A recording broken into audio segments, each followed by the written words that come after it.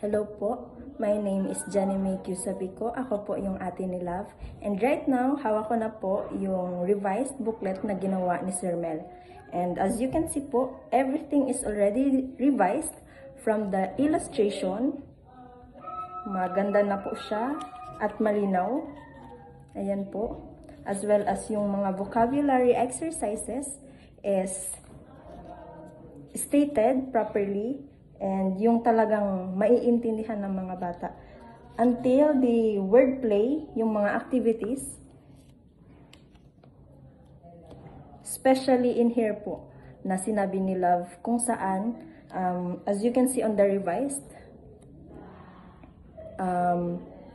lahat na po ng words na pinapahanap is already, can already be seen sa box na ito.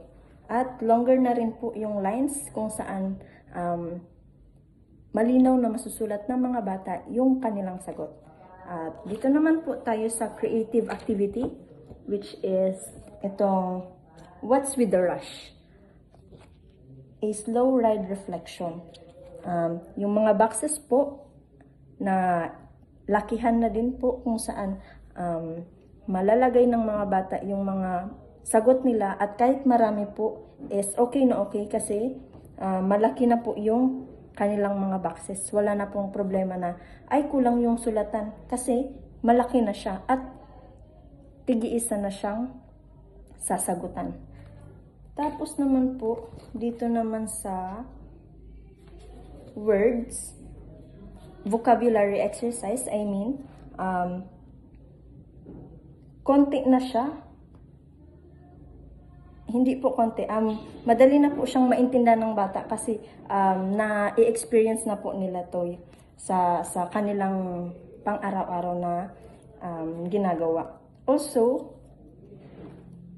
ang maganda pa rito is meron ng scanned QR code kung saan maaari nang ma-access ng mga bata yung YouTube ni Sir Mel.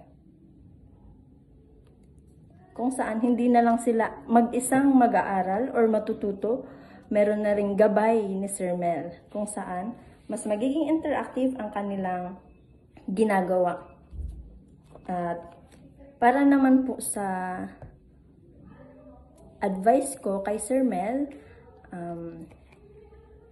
aram ko na madali ang pagiging maestra, pero ini kaya sarong bukasyon na dapat mong padangaton kasi ang mga aki is kaipuaning pagpadangat. And I know na pag pinadangat mo sila, ang trabaho mo is magiging madali. Gabos na gigibuhon mo is dahil magiging masakit. Kasi love mo ang ginigibo mo. And sa ngunyan, kaipuan mo lang magpadagos para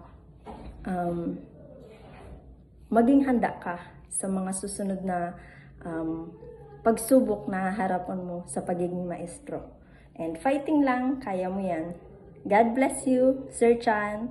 Thank you. Hopefully na dakol makabasa kang istorya mo. Ginibo mong istorya. Yehey! Thank you.